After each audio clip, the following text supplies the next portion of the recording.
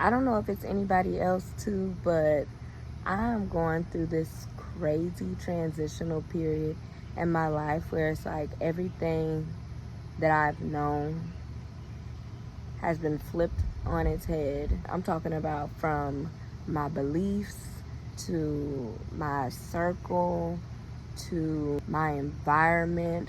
So much is changing and I love it, but it is like a little discombobulating because I think I'm someone who can kind of grasp on tightly to things once I finally accept that it is something I accept. But like in a life that's ever changing, especially like the person that I am who is constantly excited for change and deeply cares to change inwardly, it is a very like paradoxical inner world to grasp but also detach. I've just kind of been detaching from the narrative that I've been having the last 25 years of my life. I've realized that none of that is actually anything that is serving me any longer. I've outgrown so many ideas and systems and mindsets that were literally just deeply ingrained into like the very fiber of my being. And lately I've just been connecting more to like, I guess, my consciousness and connecting more to a frequency rather than ideations. I don't know, y'all.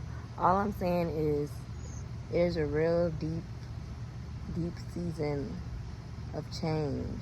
I'm exactly a month away from my trip to Thailand. As of right now, I have my like space booked for a month, but I don't actually know how long I'll be out there because I also want to visit Vietnam because it just looks so cool and refreshing. My people keep saying like I don't have to run away or like go far away just to get away from them, but I'm not actually doing anything for anybody other than myself right now. And I don't mean for that to come across selfishly, but for as long as I can remember, I've literally been living for the pleasure of other people. Like my identity, my choices, my worship has literally been because it's what I've been told about my own self, about what I should do. Now that I'm older, I'm starting to see how deeply personal my life is, and that it's me at the end of the day that I have to live with. Yesterday I was with my friend and she was like, you kind of expect the worst. And I was like, you know what? I kind of do. I realized that I'm not about to keep living from history and moving from a place of where my focus is on what was and out of a place of fear of what hurt me happening again and like preparing myself for the worst to like try to protect myself. She pointed out that moving from that place where your focus is on not getting hurt and seeing the worst case scenarios is the very thing that is keeping me in the cycle of these things happening, because what I'm looking for is what I'll see. I'm always looking to see if somebody's here to hurt me, or to see if I'm in a situation that I'm going to regret, or to see if I'm making the wrong decision or the wrong move. Hence, that is what I'm seeing. You know how you put rose-colored glasses on? I feel like I was wearing colored glasses. Get off of me. I'm not trying to continue to distort my own reality. Where focus goes, energy flows. That is a very real statement. I'm always inspired when I see people who just are so open and have a knowance that only the best comes to them. No matter what they've been through, like everything happens for their higher good. I learned yesterday that even the trauma that I experienced, even the hurt that I've experienced, those aren't things that I need to like shun or neglect. They happen for a reason. They can be used and inspire and come together for my highest good. It's nothing that I need to be ashamed of, and it's nothing that I need to separate myself from. It's all a part of me, and it all serves a purpose for my highest good if I so choose to believe that it does. I'm off of like having a pity party about what I've been through and about how my experiences have shaped the way I see things today. I'm choosing right now to start living my experiences the way I would like to see them, and just enjoying them and choosing to enjoy them and choosing to know that only the best is coming for me, and every decision I make leads to my highest good. Every interaction that I have, every experience that I have is literally for the purpose of my highest good. I don't have to worry about things like being against me, because it's all for me. I deeply believe that we're meant to experience paradise on this life. That's nothing that I need to look forward to death for. The final say-so on my life is not going to come when I die. My paradise is here right now. Why else would I be here? If not to enjoy it, if not to learn, if not to get the best out of it.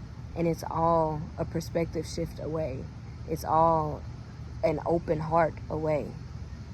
And I'm not saying it'll just happen at the snap of my fingers, which I fully believe can, if I so choose to believe it.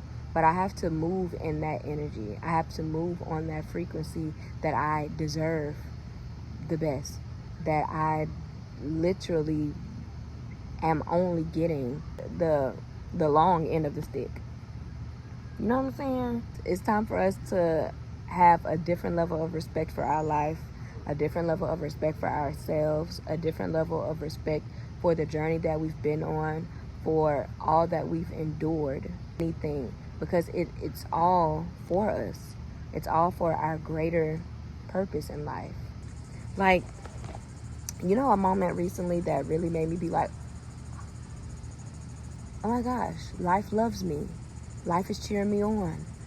I really wanted to go to the Yeba concert in New Orleans. I kind of came to the decision that I'm going to see her one day.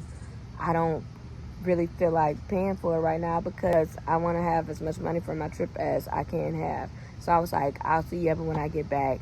I know I'm going to see her. Girl, literally 3 days later, I got an email that said, I bought these a while ago, but I forgot. Enjoy. 2 freaking tickets to see Yeba. That made me so happy, and it kind of shifted my outlook on what I could receive in this life. Even this trip to Thailand, I cannot believe it.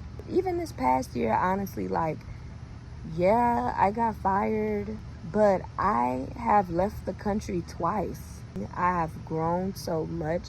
I'm seeing myself. I've been honest. What is going on? She's living in her truth. And in living in my truth, all of these wonderful opportunities and doors are opening, and I'm just walking, and the river is parted, babes. It is for me, just like it is for all of us. As weird and scary as it is, as nerve-wracking as it is, to be honest, especially coming from a background where honesty, it didn't matter. Nobody cares about your truth. You're gonna follow this gospel. That's what you're gonna do. Coming from that, and I've been feeling like a late bloomer, but I don't have to put that title on myself, girl, because I'm blooming, ain't it? And I'm so excited that all of this is happening. Growing up Christian, I feel like I was taught to beg for forgiveness, beg and plead for financial stability, beg and plead for love, put myself aside to live a life that is worthy of love and to be seen and to be blessed. No, I don't believe in the least bit that that's what God ever intended, or that's what God is at all. We are born with these privileges, with these rights, It's all a part of the way we look at things. And I think that's why it's such a big market for our attention, so that the way we see things can be controlled, so that we don't understand our level of abundance that we have the natural born right to have, the level of receptivity that we naturally have in our being, in our DNA, the level of manifestation that we just are, the level of love that we just are like destined to have. All of that is so deeply controlled right now for a very specific reason. It's because that power lies within us. We don't need to beg for nothing. No. Especially not God. That don't make sense. You know what I'm saying? So that has been something I've come to terms with. And it's like a whole reset that I have to have. But yeah, life is life. There's so much to love. There's so much to adore, including ourselves. It's very wonderful. I really can't wait to go to Thailand. I can't wait to travel more outward and inward. I don't care if that sounds cheesy. It's my truth, and I'm sticking to it. But yeah, y'all. Yeah, thanks for listening to me chat. I heard it was a great conversation. Oh my gosh, guys, I started a Substack, and it has been so fun. I think it's a little easier to open up and express freely when it feels as if there's no image attached to my expression, because it's like I'm just saying what I want to say right now, and it is what it is. You know what I'm saying? If you guys are on Substack, please drop your username or ad or whatever it's called, your publishing name. I don't know. Put that in the comments. Thanks for watching thus far. I really do love y'all. I hope y'all have a beautiful week. Live your life the way you want to live it. One step at a time. Open your heart up. Whenever you feel that bit clenching up a little bit, if something scares you, if something feels too familiar, if something feels threatening, open up. Don't clench. Relax. And just observe the feeling within, so that you can be more open to the information that is trying to come through in that moment, and so that you don't close off to just that feeling of being closed. Let it all pass through, and it'll teach you a lot more about how to come out of that and how to grow through it than you would trying to protect yourself from it in the first place. You know? But yeah, guys, I'll see y'all later.